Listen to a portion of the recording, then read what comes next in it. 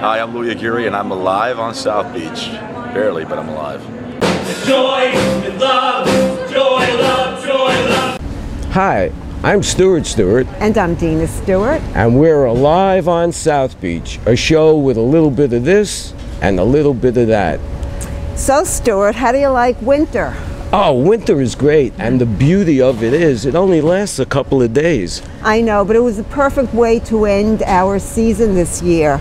You know, shortly before the holiday season, before we took our, quote, rest, we had an opportunity to go to the Miami Book Fair and talk with some fabulous writers. And Stuart had a chance to have incredible conversations. Well, before I even go into that, I want to give a shout out to Lisa Paley, who is a wonderful PR lady and coordinated all of the interviews that we were able to take advantage of. The book fair is a wonderful event here for Miami because it brings people from all over the world that come here just to meet these authors. And over the next few weeks, we will have some of the conversations that Stuart had. This gentleman right sitting next to me is a real, truly visionary artist. He has a talent of taking an idea, presenting it to people, filling that idea with all kinds of images, and eventually creating a story, writing a book, and then making a movie out of it. That's the whole package. That is wonderful. How did you get started doing that? You know, I was lucky. I wrote stories when I was a kid just for the fun of it. I acted a little bit and directed a little bit of theater in college. And when I got out of college, I was just working in hospitals and factories and sending short stories off. But then in the summers, I would act in a summer stock theater company. So there was always this kind of combination of writing, making a living, which was separate from the writing, and acting and directing. Well, I got a question for our audience. Do you have any idea who I'm talking to? This is John Sayles, who is among the best storytellers of the 20th and 21st century, because his stories get you to think. And when they're done, you're still thinking about the issues long after the event is over. The book, A Moment in the Sun, is like a 5-year miniseries. You know, it expands that. How many pages is it? It's about 950 some pages. Wow. Yeah, it's big.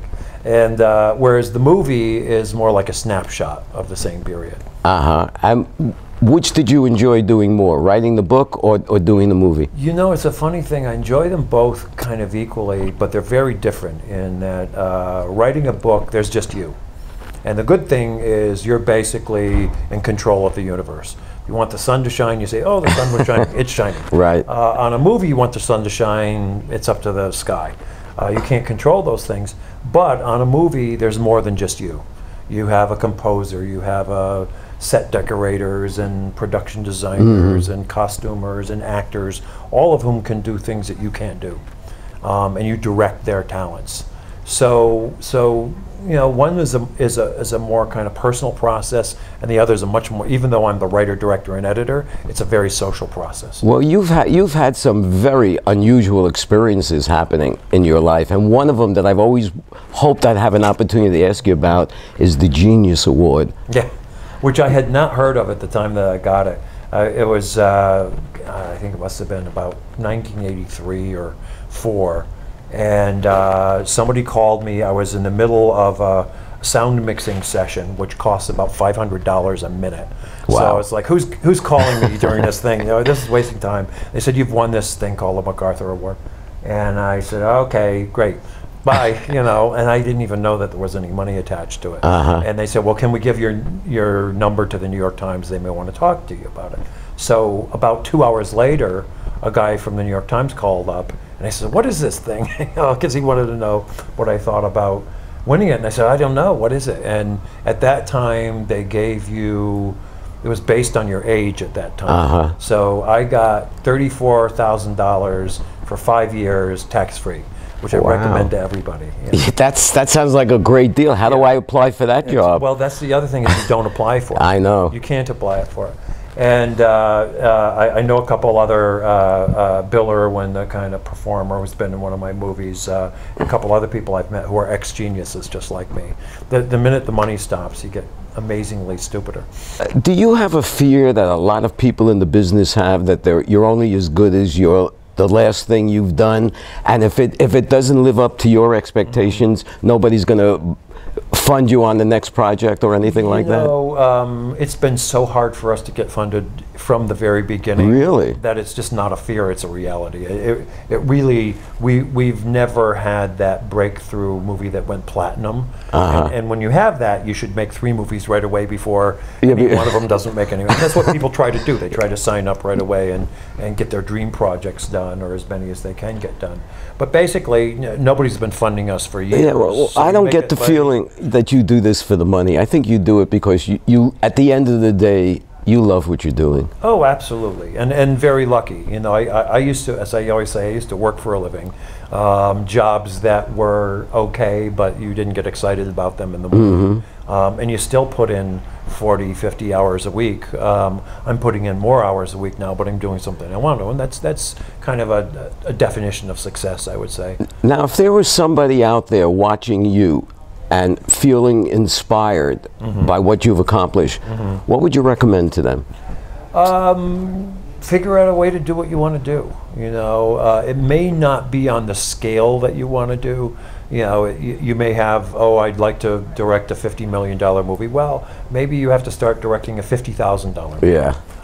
But you'll learn a lot. You know, you'll meet people who you may want to work with again, if you've got a story that could be done well for that. And if you're a writer, you just got to write. You know, you just and don't be so worried about whether it's any good while you're writing it. I mean, somebody once said that the only reason to write is to give yourself something to rewrite.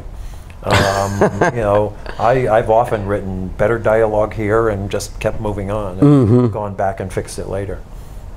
Well, there's the formula, and if there are any young John Sayles in the audience, this is the man to watch, because he's went through life with a passion for doing what he liked to do, and everything he's done is just great. So thank you very much. You.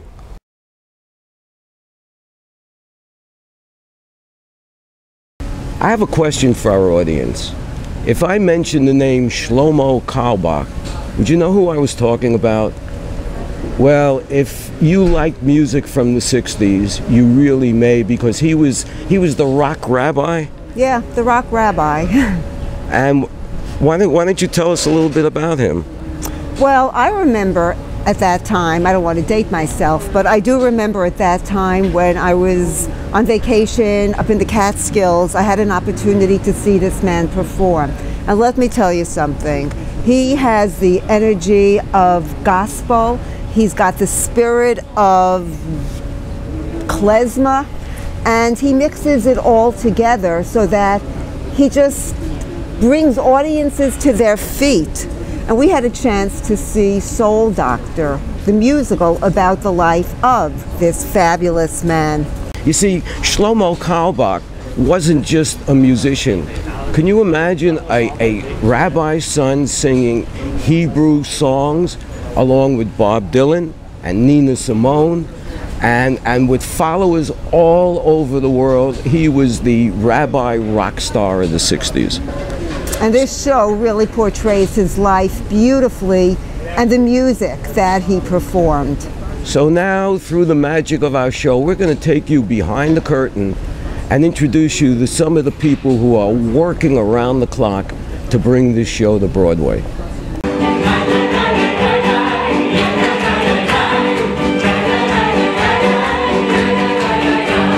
Where did the ideas for the songs come from? And how did you figure out how to put this all into a story form? That's a tremendous art in and of itself. Thank you. Yes, it was a very long process. It's a lot of trial and error, and sort of a natural evolving that happened. It started about 7 years ago at the 10th yard site, the 10th anniversary of Shlomo Carlebach's death. And there was the idea to do a somewhat theatrical presentation as part of his memorial, the commemoration for him. We at first it was just going to be some songs from Shlomo's his group of his songbook, yes. And his daughter, Neshama, who's a singer and carries on the flame, was to sing some of them. And then we had this thought, well, let's do a few scenes from his life, some simple little moments from his life. So we kind of created them improvisationally, actually. We found a couple of actors, and Neshama was sort of a narrator, and she sang a narration about parts of his life, and we just presented them in a few songs. And it was hugely successful. And then the thought was, well, what if we developed this further and made it really a theatrical evening of moments from his life and his songs? And it wasn't such a clear story arc at that point. It was just more sort of a quilt, a patchwork quilt. As the show developed, it started to be more narrative songs that fit into moments of his life. Sing shalom for heaven, sing shalom for earth, sing shalom for everyone to know how much they're worth. It's a piece of art. You know, we all look at a painting, and we look at a painting and we say, I like it, I don't like it, it could be this way, it could be that way, but it is what it is. The artist created it. And that's similar to a piece of theater. And in musical theater, it's even more complex because you have the overtones of the whole musical experience. And Shlomo's music is derived from the liturgy, from the Psalms.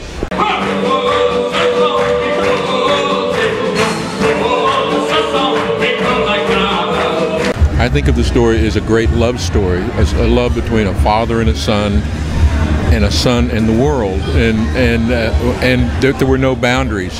So it was an interesting concept for me to be able to come and try to portray Shlomo. Well, how do you prepare for something like that? It was really about Shlomo was a guy who went inside, not outside.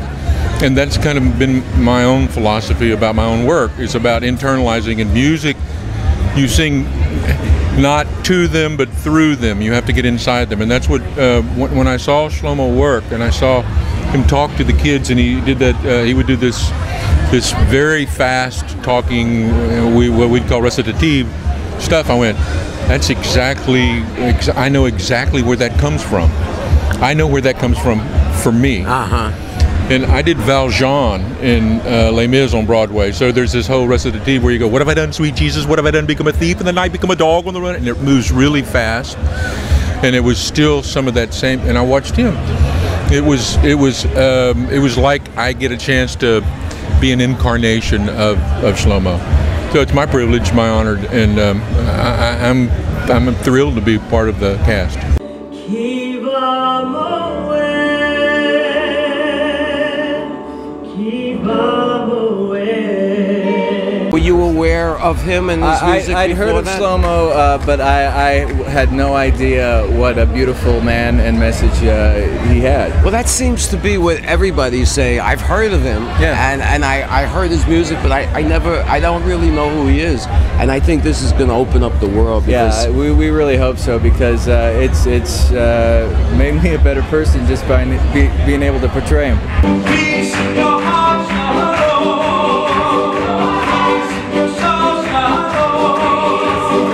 Well, that brings us to the end of our show, and I'd like to thank all of our viewers who have been supporting us over all of our shows last year, where we showed you a little bit of this and a little bit of that.